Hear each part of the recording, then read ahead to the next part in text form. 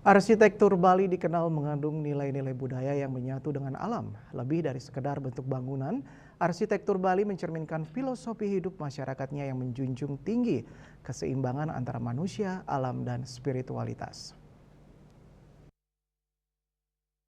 Konsep Trihita Karana yaitu tiga sumber kebahagiaan yang terdiri dari hubungan harmonis antara manusia dengan Tuhan atau Parahyangan, manusia dengan sesama atau Pawongan, dan manusia dengan alam atau Palemahan menjadi landasan utama dalam perancangan arsitektur tradisional Bali. Hal ini terlihat jelas dalam penataan ruang, orientasi bangunan, hingga pemilihan material yang ramah lingkungan. Setiap elemen memiliki makna spiritual dan kultural seperti pintu gerbang Candi Bentar, melambangkan pembatas antara dunia luar dan ruang sakral. Tak hanya bangunan tempat tinggal, pura, balai banjar hingga bangunan modern seperti yang terlihat pada hotel dan villa pun tetap mengadopsi nilai-nilai arsitektur tradisional Bali. Hal ini membuktikan bahwa kearifan lokal mampu beradaptasi dengan perkembangan zaman tanpa kehilangan identitasnya.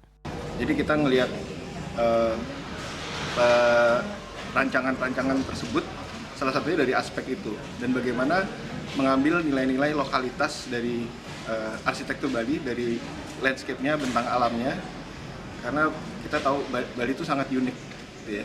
Dan tambahan lagi budaya yang nggak bisa ditiru oleh orang lain sebenarnya.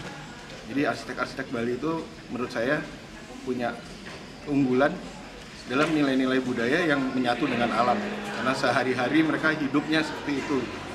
Jadi justru jangan kita ambil dari luar, tapi bagaimana orang luar mengenal Bali dan dampaknya bisa positif dan dibawa mereka pulang dengan budaya Bali yang sangat kental dengan nilai-nilai alam.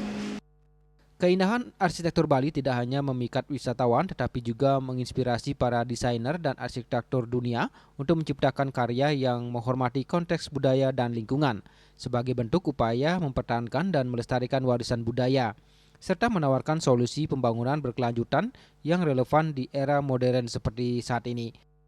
Bunga Widrayani, Bali TV.